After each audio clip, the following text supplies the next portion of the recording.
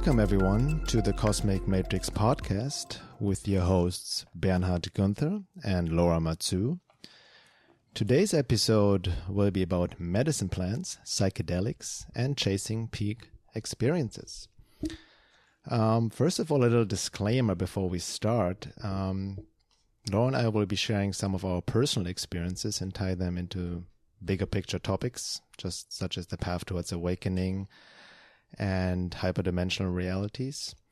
But we also want to emphasize that we're not telling anybody what they should or shouldn't be doing. And we both have experienced, positive and negative sides of working with these tools. And there are, many things to consider. And in the end, it all depends on the individual. Some of what we're going to talk about is also based on some of a couple of articles actually have written exactly on this topic. The first one was in 2013 called Reflections on Ayahuasca, Psychedelics, Marijuana, and the Critical Look at the Psychedelic Movement, and an article I wrote last year called Altered States of Entrapment, the Plant Medicine Manipulation. Yeah, and I would also like to say my own disclaimer that I am also neither for or against using psychedelics. I also acknowledge that in some of the stories, I took them very dangerously, meaning I just bought them off random people and I didn't know if they were pure or not. So I think just to bring that to attention that no matter what my experience was, is that I acknowledge that I did them in a quite dangerous setting. So I definitely wouldn't recommend that anyone who feels inspired by my own story, if that happens, to do as I did in that sense. Because I even looking back, I would never have done it now from the level of being I'm at.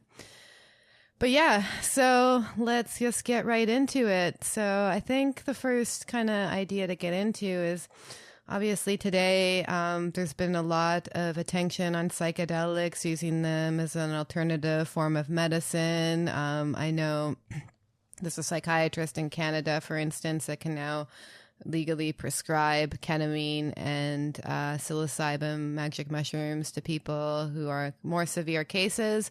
And you just see in general, like, it's all over the place. Like, even back, in 2012, when I was really actually it was a bit before that, when I was focusing on it, I know that you focused on some of these psychedelics even way before I did. It still was kind of seen as like a little bit edgy and kind of weird, and you'd be judged for it. But now it seems to be a lot more mainstream and socially acceptable. And I think that's for a reason, is because there's a lot of healing potential in psychedelics, but then you're also getting into the danger of people who chase these peak experiences in general, who always want to feel like this supreme spiritual state. And I guess the danger in that is that it doesn't actually help the soul evolve spiritually in a more organic and grounded way. So maybe we can just get into some of our experiences to start out with. Let's just start where you began. Like, what was your first kind of like major psychedelic? Maybe not even counting marijuana, just to begin with, because everyone kind of smoked a joint when they were a teenager. But just your major kind of psychedelic experience, and like, how did that affect you? Yeah, well, on that note, actually, I didn't do any drugs or any marijuana. I smoked my first joint at the age of 20. But by the age of 26, I've done everything under the moon, so to speak. In terms of personal experiences, referring to what you said at the beginning, I think most people back then, most kids get into these substances, let's call them psychedelics. And when we talk about psychedelics, medicine plants, generally speaking, we talk about, as you mentioned, psilocybin mushrooms, magic mushrooms, or acid, LSD, DMT.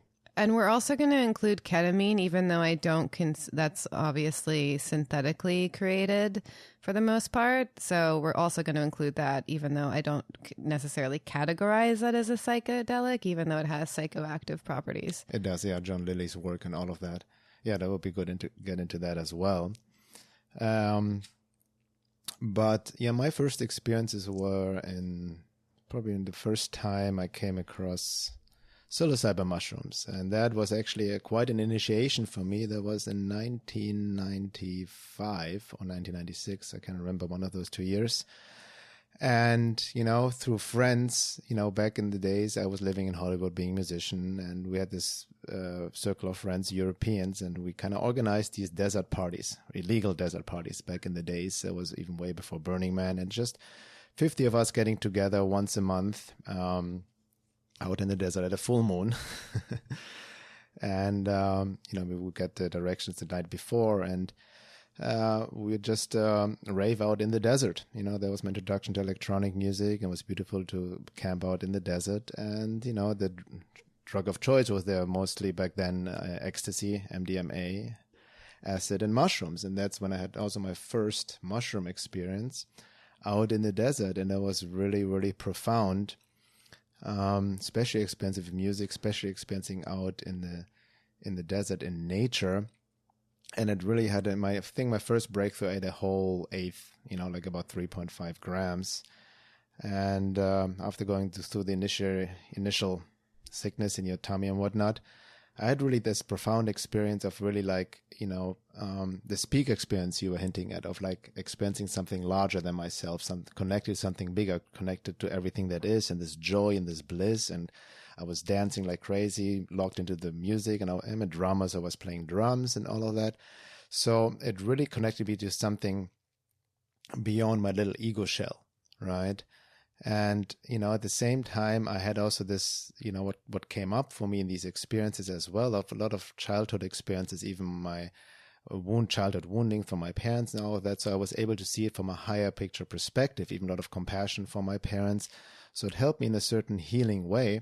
And it was also somewhat in my introduction actually to body work, massage, and yoga, because I actually met my mentor out there in the desert. We were both tripping on mushrooms, and the next day he was giving me my first full body massage out in the desert. He has his massage table there, and I was still tripping on mushroom and had this profound experience of really experiencing my body. I knew the body is just energy condensed to low vibration, right? And I also realized on an experiential level that memories and trauma is stored in my tissue and body. When he was working on me and working on the tension in my body, targeting certain muscles, I had flashbacks to childhood, right? And certain emotions came up and feelings. So I really understood also the body-mind connection and all of that. And it was extremely profound and very healing, right? And there's also my introduction somewhat to yoga, to work, with these poses. I almost did these poses involuntarily before I even understood asana practices of yoga. I did many of these, the classical poses under the influence of mushrooms, because it just felt right, because then energy was moving in my body in a certain way. So, but then also early on, I used it like many kids back then, or even nowadays, you come across these substances through partying, at parties and raves and all of that. But I also noticed early on that there's more to it. So I then also started experimenting by myself, and I got into Terence McKenna and did the heroic dose of 5 grams or even up to 7-8 grams by myself, locked myself in the rehearsal room of my band back then with music, and pushed myself really far out there. And, these are very, was very experiential. And I was also kind of like, try to get as close to death as possible, so to speak. But, as healing and insightful they were on so many levels, but at some point I also realized too much stuff came up too fast, and I was not able to integrate these experiences. And I feel that's a problem a lot in this day and age, the integration process when you have such a profound experience. Yeah, it's interesting because you came at it a very different angle, but kind of much of the same, maybe unconscious intention. I think you really wanted to feel better and maybe didn't even realize how bad you were feeling. I don't even remember I don't even remember the first time I did mushrooms, because I grew up in a town that was kind of like drink and smoke weed and do mushrooms. So I definitely experimented with it way before 20. By 20, I had already been recovering from my first couple drug addictions. So But that was actually what introduced me to ketamine. Was the first thing I had a very profound experience and connection with, because I had been experiencing very severe depression since I was maybe like 14, I would say 15 for sure.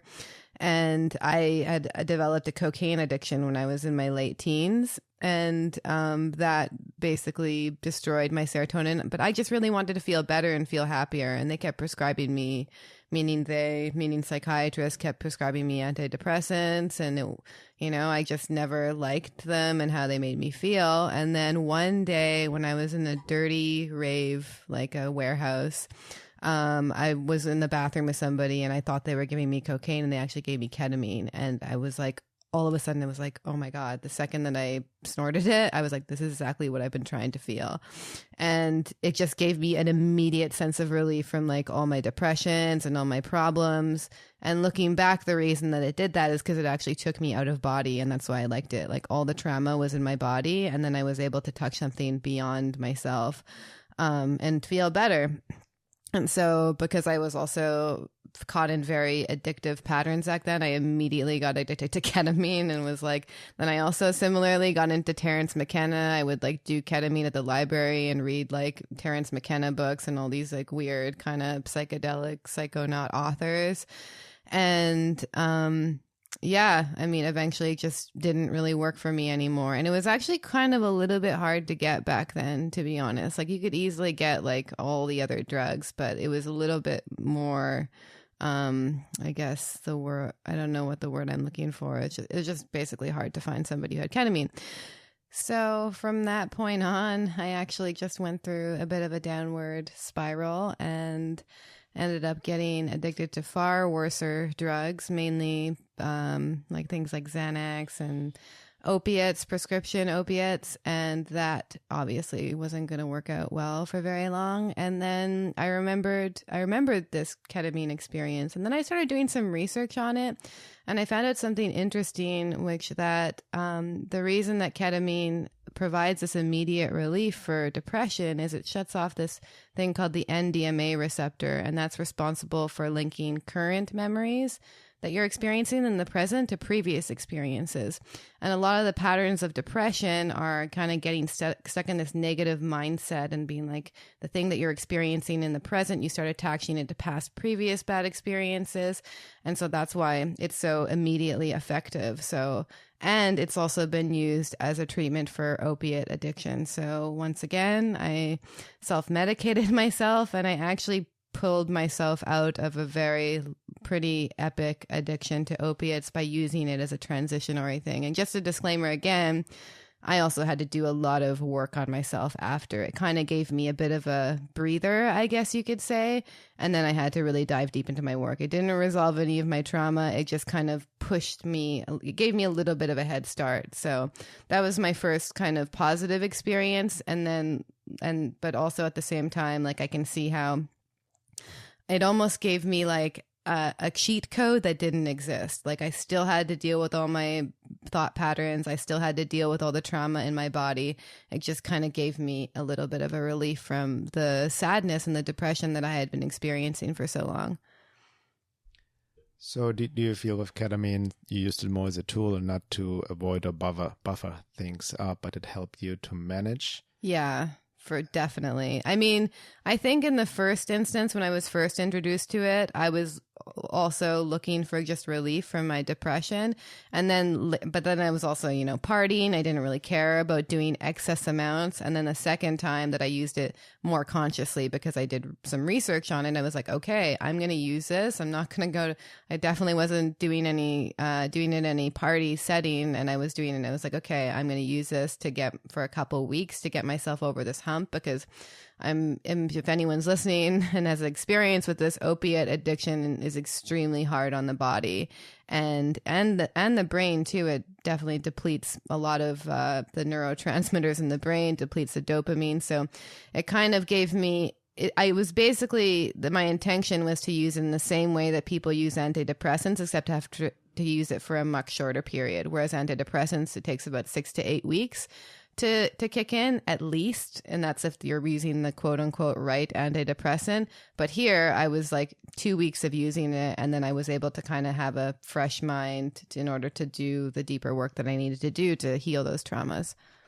Yeah, it's interesting. I mean, ketamine is like in a class in its own, and it's somewhat a psychedelic, but more of a dissociative as well. It's used in anesthetics, especially in veterinarian clinics, veterinarian clinic, excuse me.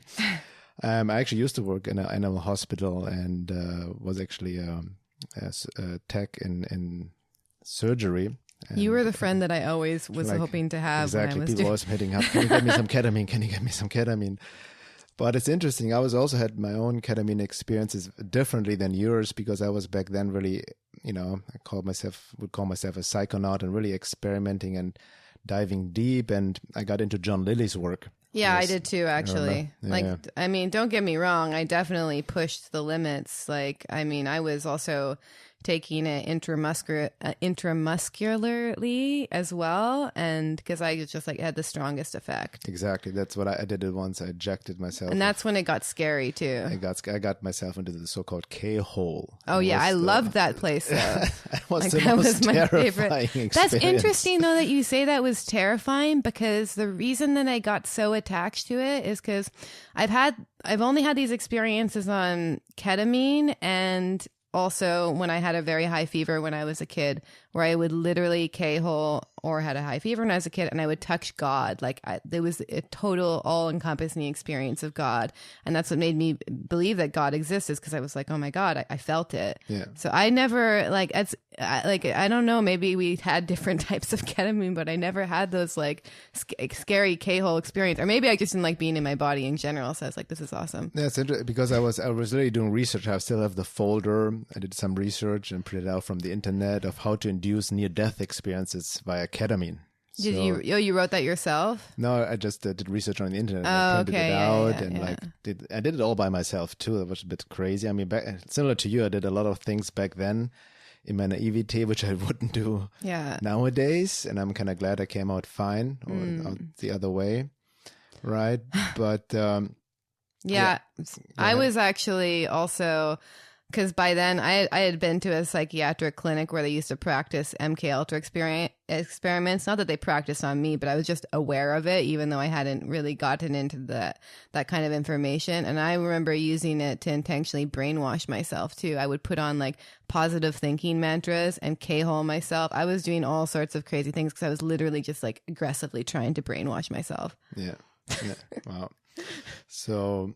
yeah, going back to some of, for me, and I can definitely say that psilocybin mushroom has been an ally in my early days. Like I mentioned before, it helped me to reveal a lot of childhood wounding, issues from my parents, and just, connect to something deeper within myself, to experience more life on a more energetic level, understanding, the body-mind connection, and, because I was suffering from very low self-esteem and all of that.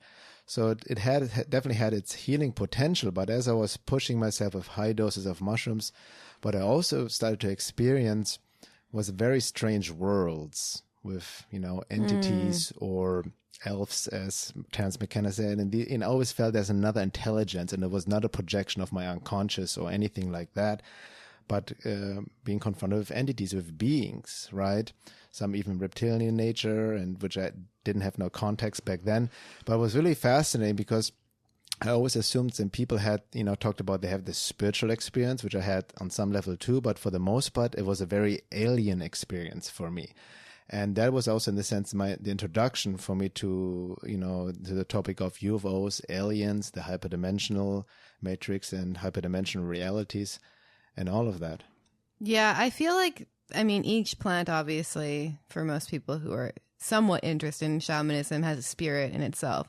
But ketamine is not a plant. I think it's an alien energy myself. And then mushrooms is definitely more of an elf energy, for sure. It's a direct association in all the kind of elf art you see these days. But for me, actually, I don't know. It's interesting. I've only had heart-opening experiences on mushrooms. I've never had a bad mushroom trip. The only time it was too overwhelming. It was almost too much of a heart opening, and I was scared to open my heart that much. Yeah, it was beautiful. I think, though, I remember that one incident where really the mushroom kicked my ass, and that's when I stopped doing psychedelics for many years. There was an experience out again in the desert, and I was so comfortable doing mushrooms and with my two of my friends, and we were pushing each other. Ego came into play, how much we could take. I remember sitting in the van where the music was blasting, and we the three of us, we each took about 7 to 8 grams, like a quarter of mushrooms each, right? And I remember all of a sudden, like something, it's always, you never know, some mushrooms also have a different potency and different qualities, for sure, yeah. right? And that mushrooms were like more toxic. And all 3 of us just in a nutshell had a death experience. I literally thought I'm going to die. Like it was horrible. Like my other friend, he was running around. I need help. I'm dying. And I was just all out of it. And me just, in my own fetal position. And I had this fear, okay, I'm going to die. And the guilt trip came up. And, thinking about my parents, they're going to find out I died of a drug overdose and all of that. But then through this death, I actually remember then this girl came by and she gave me this banana, and like I just ate it. And then the moment I ate it, kind of like everything changed, and I broke through it and had this rebirth, so to speak, this heart opening on a really high level. And I was literally seeing energy. It was plugged into this energetic matrix. I was dancing my ass off. It was amazing. But I also realized, okay, I have to treat these plants, these medicines with more respect. I cannot just use them for partying anymore. That was a huge wake-up call for me. Yeah, and when you talk about that, the funny thing is I think my almost like suicidal death wish at the time was actually working to my benefit and being able to touch God, because I actually wasn't afraid to die when I was doing ketamine, because my life was already, it was so bad that I think I almost was trying to, like, I still was fueled by that death wish, which is why I pushed myself, and I was willing to, like, inject myself with stuff that I got from some random guy with dreadlocks down the street who I didn't know or trust. But and I think it's mostly that fear that you get of death that is the barrier between you being able to reach these like higher states. But let's like maybe even just talk about, like, I think even looking back, my main issue was that I wanted to feel good all the time, and I wasn't willing to actually feel as bad as I needed to feel in order to really do some deep processing. And that I really had to take a sober look at my life and all the ways that I had set it up and all the ways of being that I had been in the world, and really feel that and experience that instead of constantly trying to feel better or feel happy. I think that that's the thing in itself. Like, it's like, what is it, like 50% or something? Some really high number of the US is on antidepressants right now, and people put their dogs on antidepressants. And I think it's also symptomatic of like how in the West, like, you're expected to be happy all the time and just like smile and push through it and not really truly express how you're feeling. And I think even with psychedelics, it's like we're trying to force this like inauthentic state, when maybe like this, the state of the world is causing these feelings in us for a reason. And we're living in a world that is uncomfortable, and we need to really feel that so we can create positive changes in our own lives and in the world. Yeah, I can relate to that as well. At some point, I was also chasing that experience, right, of just wanting to feel this aliveness and,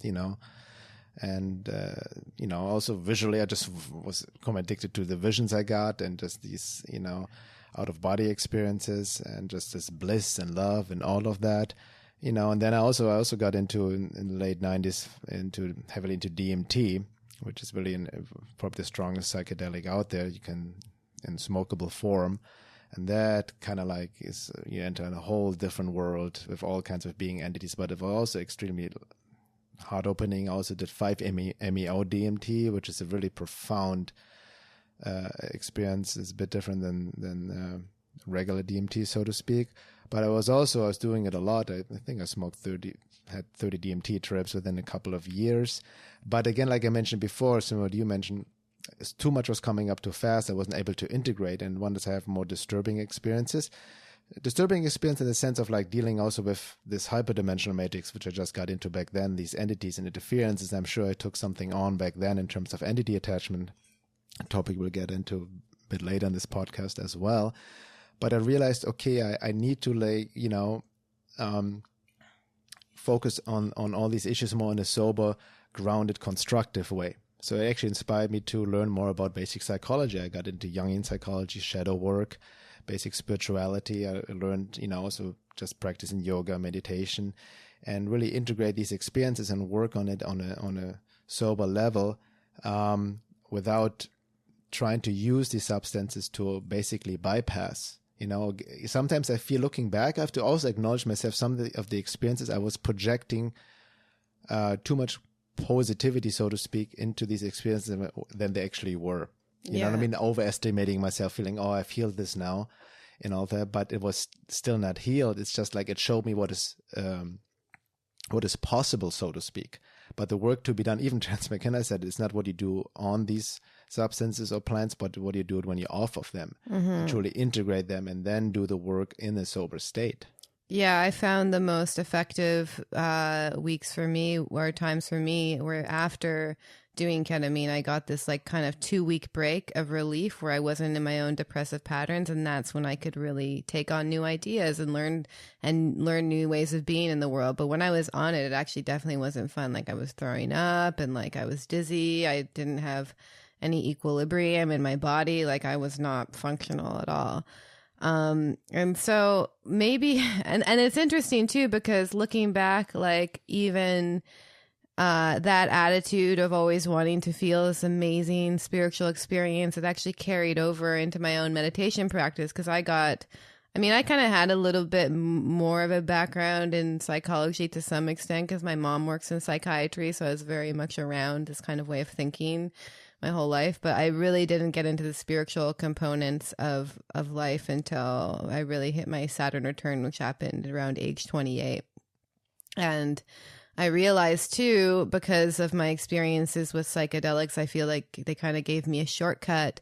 That's also an escape. That's also what I was trying to apply to my own meditation practice. So I would meditate, and I was really trying to get these, like, I thought the feelings of bliss and love were like that was a point of the spiritual journey. And I think it's like that idea of just chasing peak experiences in general really needed to get taken out of my mind as part of the spiritual journey and integrated into something more whole. Yeah. And also back then, especially when I started out in the 90s and early 2000s, it was, like you mentioned before, it was not very popular at all. Hardly anybody I knew know anything about DMT or ayahuasca, which has become very popular in this day and age, right? It's very hyped as well. And, everybody's looking for ayahuasca retreats down in Peru, or, there's a lot of emphasis on the positive side of these plants and being used for healing. And I think that's very encouraging to see. Absolutely. Right. But there's also a blind spot in all of that, because I feel I've experienced for myself and worked with many others in my research that there are dangers to varying degrees. Right. And these dangers are not necessarily physical, but maybe from an energetic level, but even from a psychological level, people who are, like you mentioned in the beginning, set and setting. Where are you doing this? What are you doing? What's surrounding? Who is around you? And all of these, who is influencing you during this journey? And then sometimes it can make things worse, especially people who are dealing with severe trauma that's all of a sudden coming out, and they have no place to integrate it, nobody to guide them, and all of that. Yeah, that actually reminds me of two stories. When I got into ayahuasca in maybe the peak hype moment, which was a couple years ago. And I had decided, I actually had a very positive experience. I did my first ayahuasca ceremony in LA with a shaman that I just randomly met on a movie set. I really liked her energy. I trusted it. And that was amazing. I went through all these, I basically, similar to how you describe your mushroom experience, like all these traumas came up. I was able to finally cry about things that were previously completely inaccessible to me.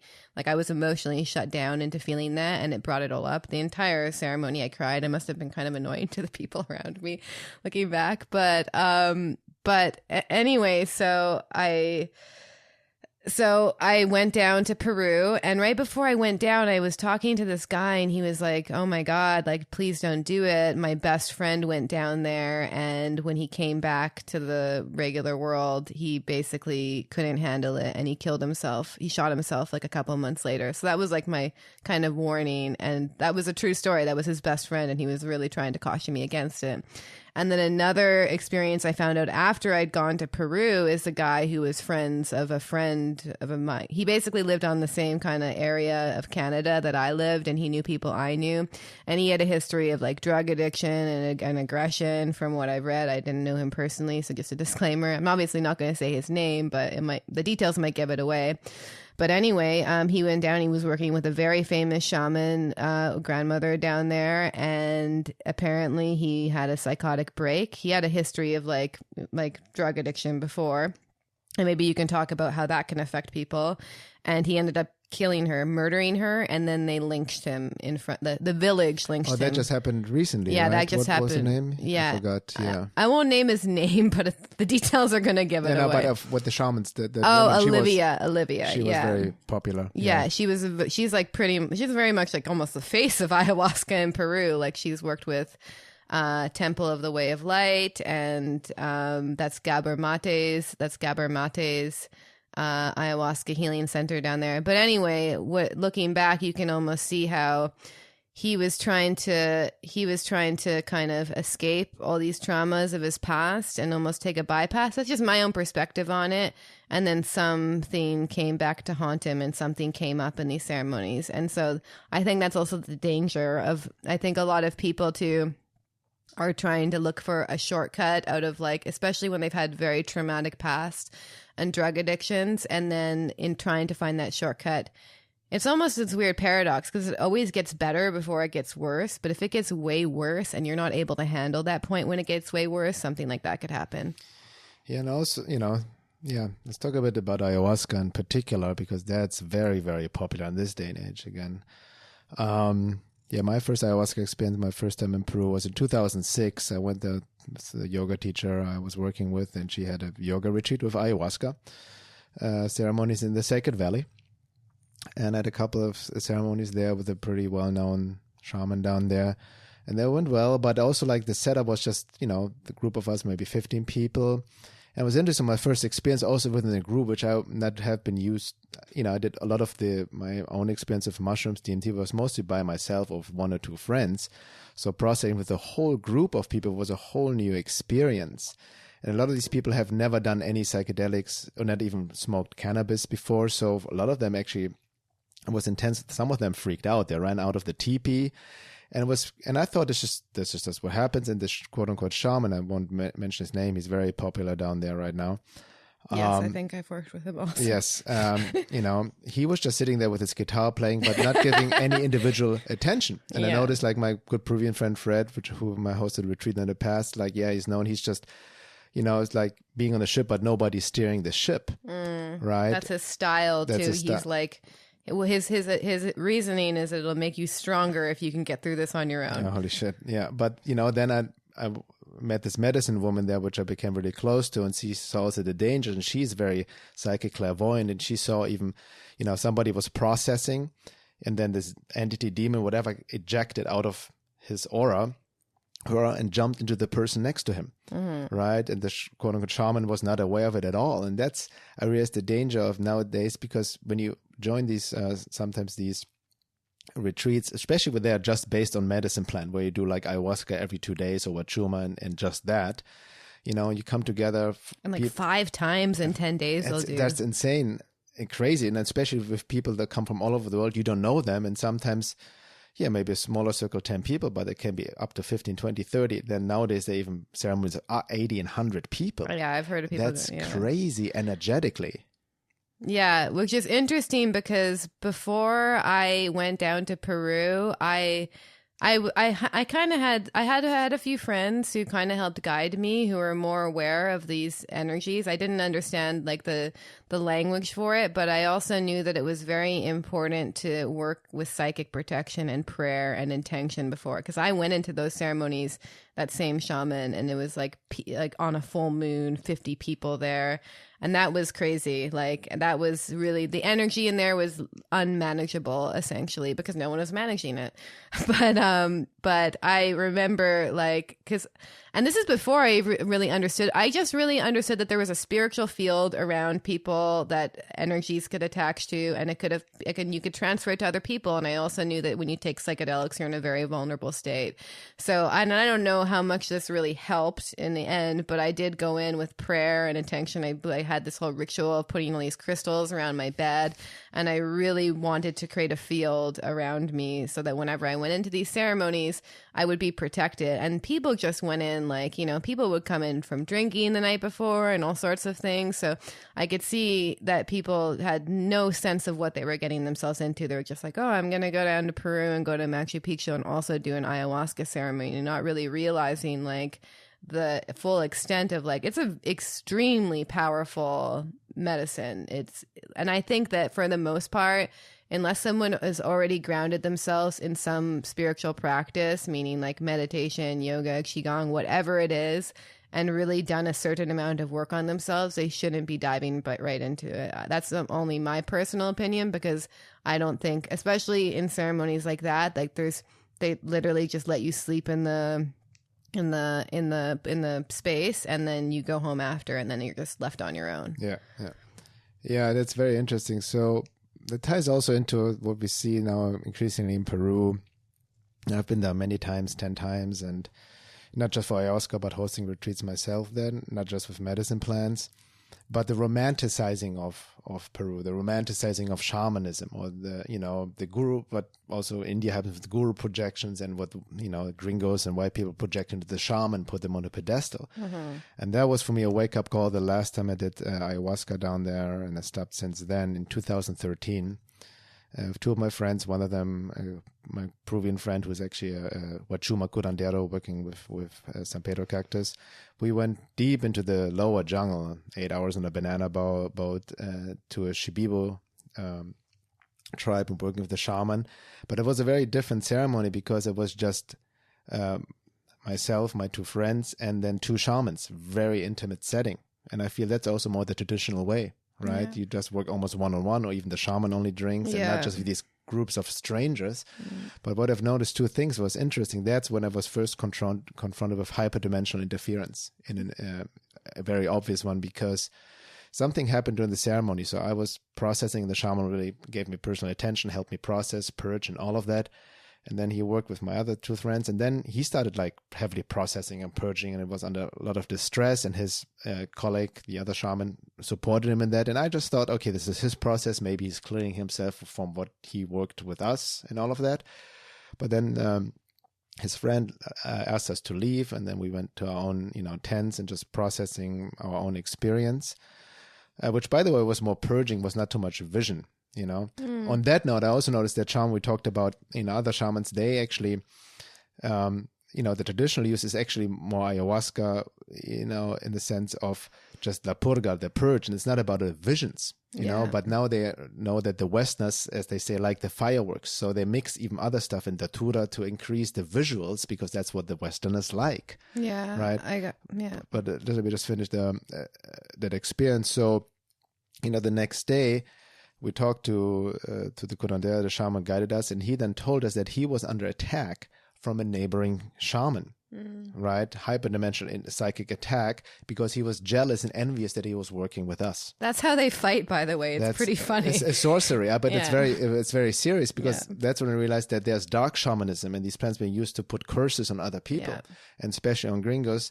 And there's something that, that many people are simply not aware of. And also, what I've noticed, a lot of, not all, but there's a lot of quote unquote shamans out of integrity, because they become greedy. They understand, the Westerners like this, there's money to be made, the almighty dollar. A lot of money, right? So we've noticed that a lot, especially there. So it was unavoidable to see this and confront that, right? So so there are these dangers which a lot of people are not aware of. So it's really, like somebody said, whenever you do ayahuasca and these medicine plants of the shaman, it's like you're doing surgery. You have to know your surgeon. It's like psychic surgery. Who is this person? Is he or she in integrity? Like you mentioned before, a lot of these shamans are actually, especially down there, and alcohol is a problem. A lot of shamans drink alcohol. And there have been many incidents of abuse, even sexual abuse, rape, and suicides. All of that is under the influence of ayahuasca being swept under the rug or just ignored by the quote-unquote medicine community because it's bad for business, so to speak. And again, it's not about throwing out the baby with the bathwater, but there needs to be an awareness around how the popularity has created a lot of abuse and distortion of the medicine world. Yeah, which is interesting because just looking back, my most effective ayahuasca ceremony was with a woman from Detroit. And not the shamans in Peru who I were meeting, I could just sense that greed, and I could see that they saw me as just another Westerner to make money from. And it's really about the energy of the person and the integrity of the person.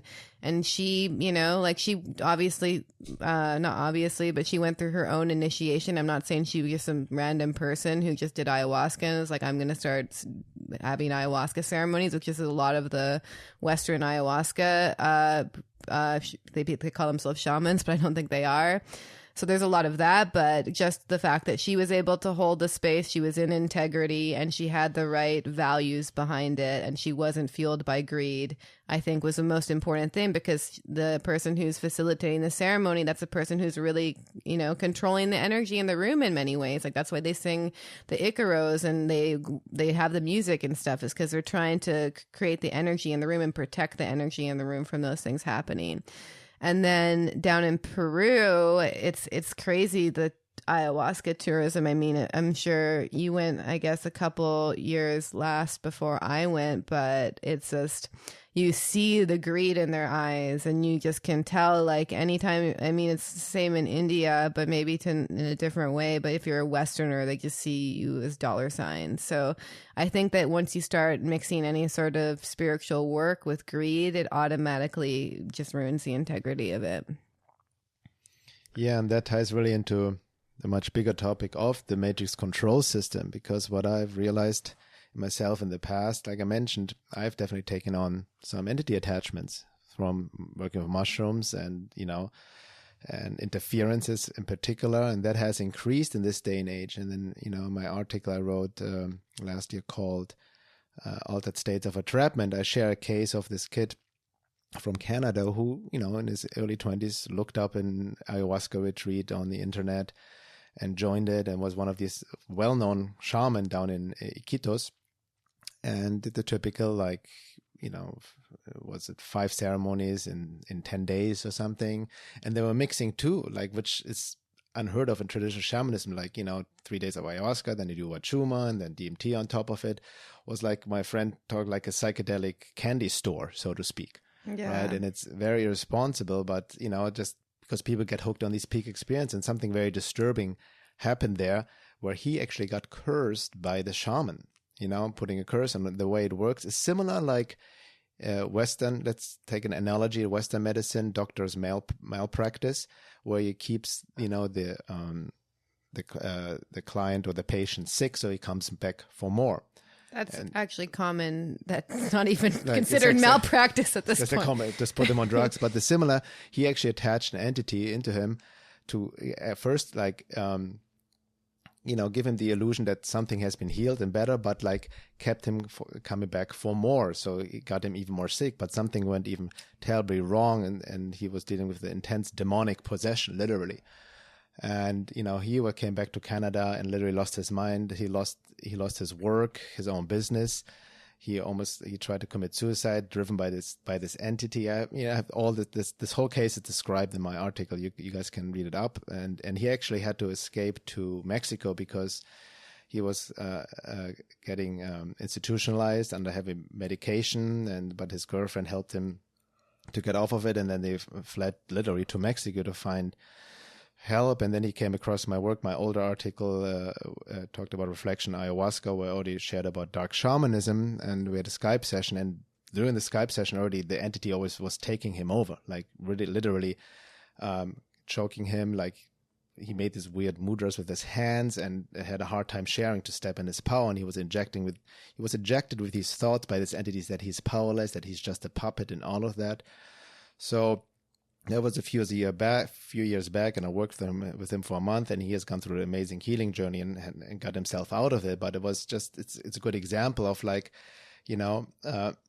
how dangerous it sometimes can be. And I want to make clear, this is not about fear mongering, right? It's not implying that this happens with any ceremony you can get into, but it's just about awareness, right? And not have these romantic projections. I was understanding, not to chase these experiences, especially in my case. And I was never really like looking for them. It just came across my path. And nowadays people, through group pressure, peer pressure, and now they're so hyped. It's like, oh, I have to try ayahuasca. It's so popular. Google, I need to, they just forcefully look for it. Yeah. Right. And that's how you get yourselves into these traps. And I was understanding from from this path of healing and awakening, it's not necessary to work with these plants. It's just another path, right? It can help to a certain degree, but also understanding these are tools, and at a certain point, these tools need to be laid aside.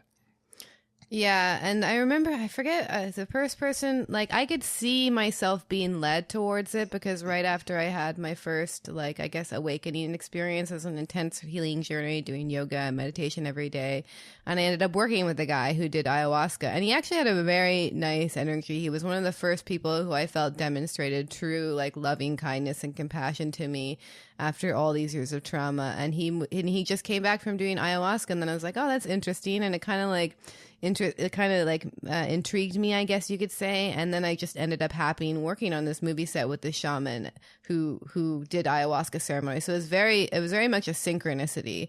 And then when I went to go seeking more of it in Peru, I feel like that's when it kind of went wrong in a sense, like, because I feel like it's almost like, with that seeking energy, when you're trying to look for something, you're trying to force something as well. And you should also kind of let the right teachings and teachers and mentors come across your path, rather than just Googling like best ayahuasca shaman and then going to go see them.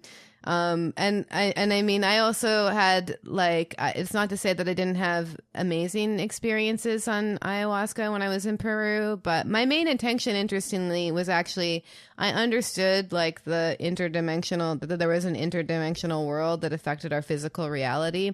And my intention was I wanted to see more of that. And I really wanted to understand that. And I would go into each ceremony with a specific intention. Like, I was reading books at the time about shamanism. I'd be like, okay, I want to see like the field that's around people and how it affects people. And when I went in that intention, often actually, to my surprise, the medicine plant would work with me in my intention.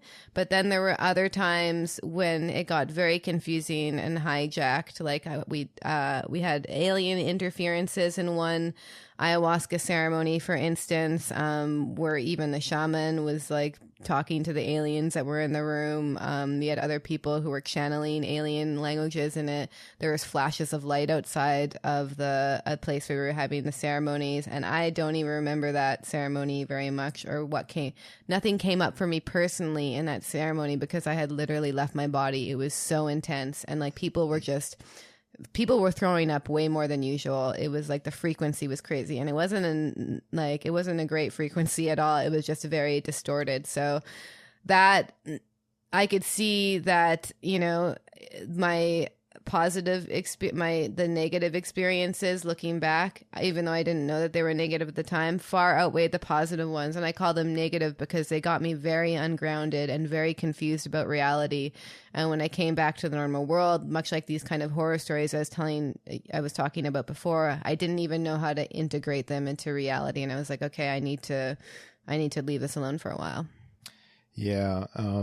That's a huge topic you just mentioned, which you made me aware of, because I was completely done with the whole ayahuasca scene, so to speak, and even like the whole alien agenda and the UFO phenomena, which is all a topic on its own, right? And I made a documentary about the UFOs, aliens, and the question of contact, that the phenomena is not what most people think it is, and especially the New Age still buys into the space brothers are here to save us, the Galactic Federation of Light, not understanding the hyperdimensional matrix and how most often negative forces appear as positive ones. And then when you told me that people down there now use ayahuasca ceremonies to literally have conscious contact with alien beings, channel them, even you told me it ties into the hybridization program, that people think it's a good thing that, these alien entities, grays or whatever they may be, basically fuck with our genetics. Engage in this breeding program is good for humanity, and there's this whole deception. It's extremely disturbing. And then I realized in this day and age, it has more height, and then because of the hype and the popularity of ayahuasca medicine plants, the matrix control system is in overdrive and uses that as a portal for more control, for more attachment and interferences, but can manipulate in a lot of these visions. That's what I realized too. As I mentioned before, like I feel sometimes in my past, I have overestimated myself and made more out of these experiences and vision than they actually were, because I wanted them to be amazing and profound. And then ego came into play, who hijacks these experiences when, you feed off of that, that you're special or anything like that. And then everyone comes back and they want to share their amazing ayahuasca experience. It shows how enlightened they are. Exactly, And then these, many people have visions of different, archangels or gods, but they can be very manipulative and ties into so-called trap of agreement, where you make an agreement with these hostile beings. But most often, as it's written in esoteric teachings, most often angel or Satan appears as an angel of light. And that reminds me of, I want to just quote this real quick from my article, a quote by Lisa Renee. I can recommend her work, energysynthesis.com is her website. And she nails it here. She says, ayahuasca, other ceremonial shamanic plants, and psychedelic drugs are high-risk behaviors that initiate attachments, addiction webbing, and possession for human beings on the planet during the ascension cycle at this time. Ayahuasca plant spirit has been hijacked by many of the dark avatars and the consortium of the NAA, the negative alien agenda entities, basically occult hostile forces of the hyperdimensional matrix, that are on this planet during the ascension cycle looking to harvest soul bodies and the possibility to take over the physical body.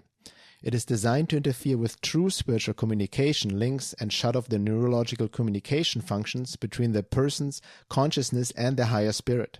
It will install its own software programs to run the body and brain in the autonomic functions of the central nervous system. It is usually an astral enlightenment program to trick the person into believing their artificially induced spiritual and altered consciousness state is real. The ayahuasca plant is connected to a massive spirit that has grown in size from many people being falsely led on this path and taking it at high quantities during this time. The design of this plant ceremony, in most common cases, is that the spirit of the plant is manipulated by negative forces that want the original consciousness of the person taking the drug to leave the body and or change timelines. The goal for the imposter spirit that want to take over the human body either in the current time or in the future timelines uses the ayahuasca plant to act as a conduit and dark portal opening to allow access into the inner spiritual sanctum of that person. Now, the really important part of that quote is this, what she mentions, this enlightenment, installing this astral enlightenment program to trick the person into believing the artificial induced spiritual and altered consciousness state is real.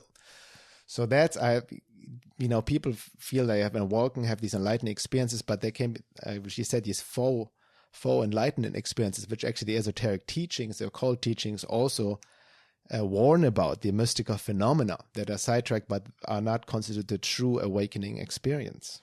Yeah, exactly. And even that idea, like when we're on this awakening path, there's going to be several junctures where we're going to try, where these forces are going to try and derail us from our true soul purpose.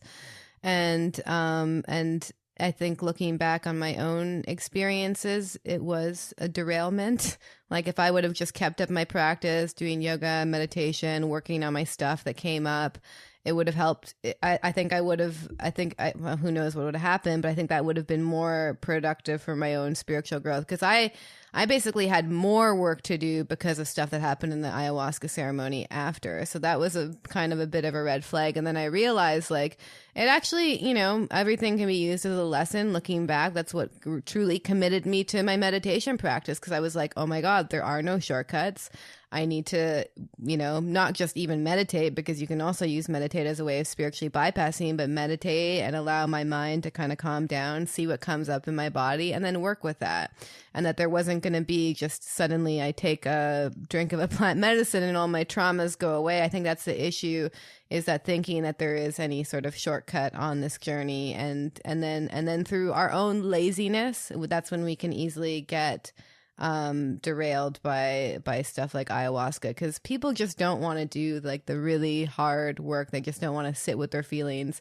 They just want to take a drink or take mushrooms and then suddenly they feel better. But the fact of the matter is like all this trauma as you experienced in your mushroom ceremonies is in your body, and you're going to have to heal that through your own presence. And creating an out of body experience is going to leave you less present than before for the most part. I know a lot of people who do ayahuasca regularly, and I don't know anyone who it's truly made into an enlightened being. And if ayahuasca is such a powerful medicine, then how come we don't have more people who are enlightened from ayahuasca?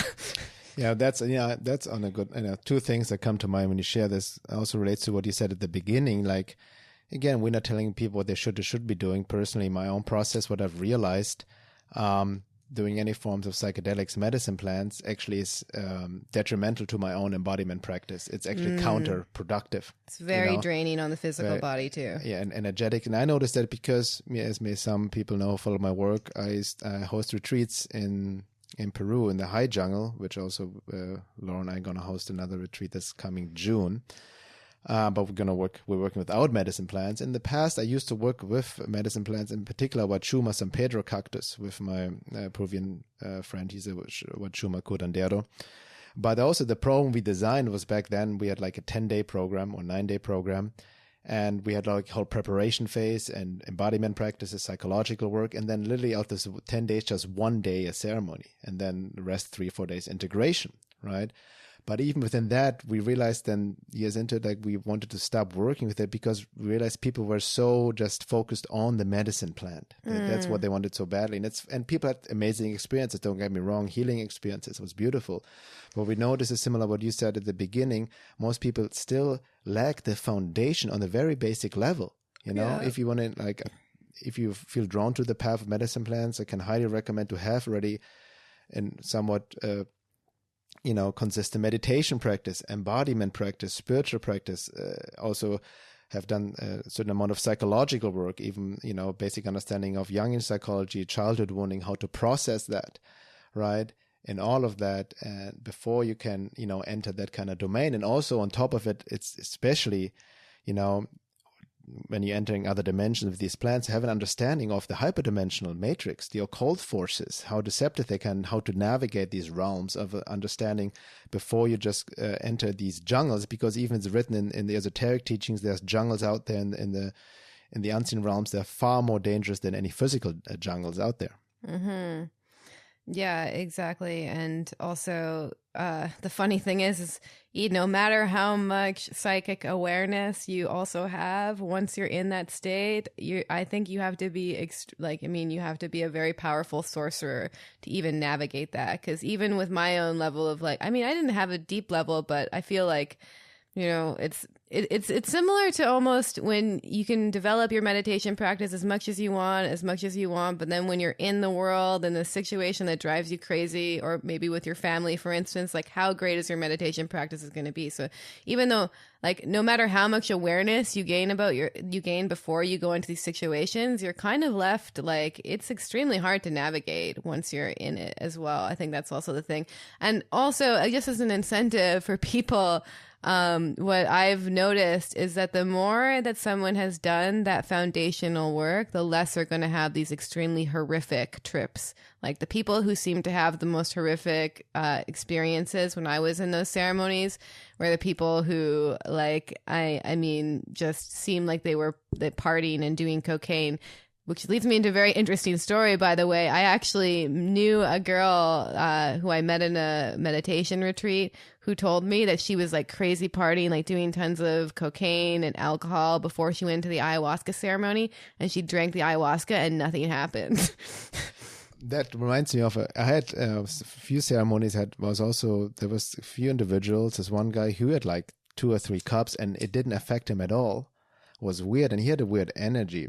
And that reminds me of something you mentioned before, because I was also in my romantic phase, we just need to, put LSD into the water supply and everybody will awaken. Or if the world leaders would just eat mushrooms, or Bush or whatever, Obama take ayahuasca, they would have this enlightening experiences and would be amazing.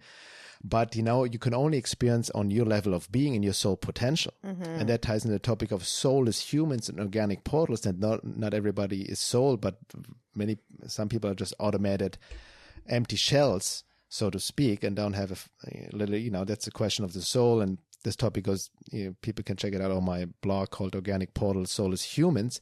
So when an individual like this takes a medicine plant, then indeed nothing happens. If a psychopath or sociopath out there, the world leaders, the world is run by psychopaths, and most aware people know that.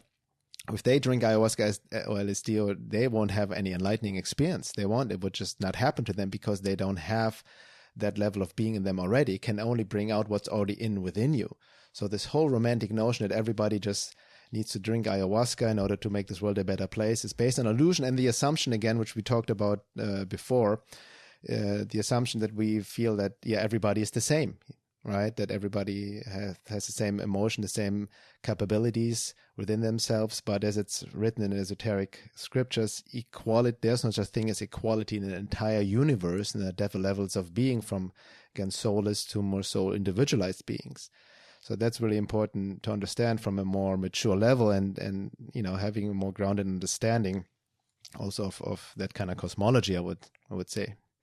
Yeah, and I guess my main lesson was that doing meditation and self-work in nature was far more effective to me than any of these ceremonies. And that's also why it's amazing too, because we kind of both reached these similar conclusions, and now we get to kind of use the practices that we've developed on our own and combine it into this retreat that we're going to be doing in Peru, and just give people these basic foundational skills and have them meditating in nature and going through these processes and this psychological self-work and understanding more of these realities as well.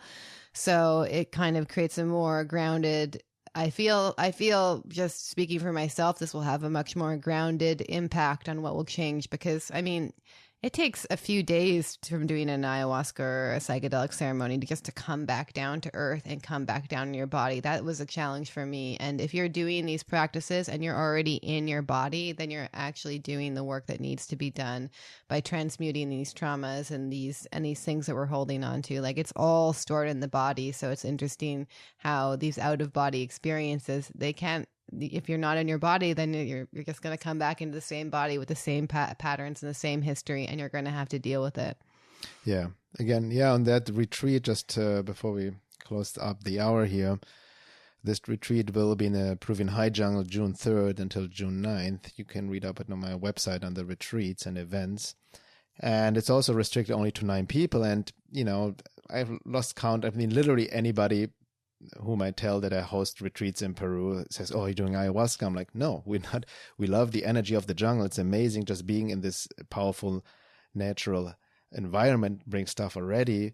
But we're really focusing on embodiment practices, on meditation, but also give talks and workshops about various topics. Many of them we covered here: called forces, basic psychological work, also focus on right relationship and all of that, on, aligning with the soul purpose and all of that. And that's, the intention, what we realized through our own suffering and learning most often lessons the hard way, and many of them were just initiations, is also to give people a foundation and the tools they can apply on the everyday level when they come back. Yeah, exactly. Like, I've gone deep into meditation. I have some extremely powerful meditations that can be applied. And these meditations also bring stuff up, but they'll bring stuff up in a way that's manageable as well. And also having people who've been through these experiences and can help guide you and support you emotionally is priceless. And I think that's the main thing that people are looking for. Like, they're looking to really find out like what they have that needs to be healed, have a greater understanding of the world, and then being able to bring that into the world in a grounded and practical way. So just a disclaimer, I don't know when this podcast is going to come out, but since we do have only 9 spaces, it also might be already filled up by then, but you're welcome to still go to the website and check out more details about that. So I'm really excited for it as well, because I've personally never been to the deep jungle, and I know how powerful it is to do these kind of practices in nature and itself. So yeah, anything else we need to add? Yeah, just generally keep in mind with the hype nowadays, a path is just a path, so to speak. There are many different paths, and the medicine path is just another path. It's not necessary to take any form of medicine plants or psychedelics to heal yourself. And sometimes it can help. Sometimes it can also make things worse. You never know. It's just really trusting more your inner guidance in that sense. But yeah, this finished the first hour, and we'll be talking in the second hour for the members. You can find the membership section on my website, veilofreality.com, to access the second hour of the podcast. And we go talk more about our personal experiences. There's definitely some very interesting DMT experiences I want to share with you guys that ties into the alien agenda. And we also talk about MK Ultra and the creation of the psychedelic and hippie movement and how that got already hijacked in the 60s and 70s. Timothy Leary and all of that, and and we go a bit deeper into some of the topics we have discussed in the first hour as well. So talk to you then.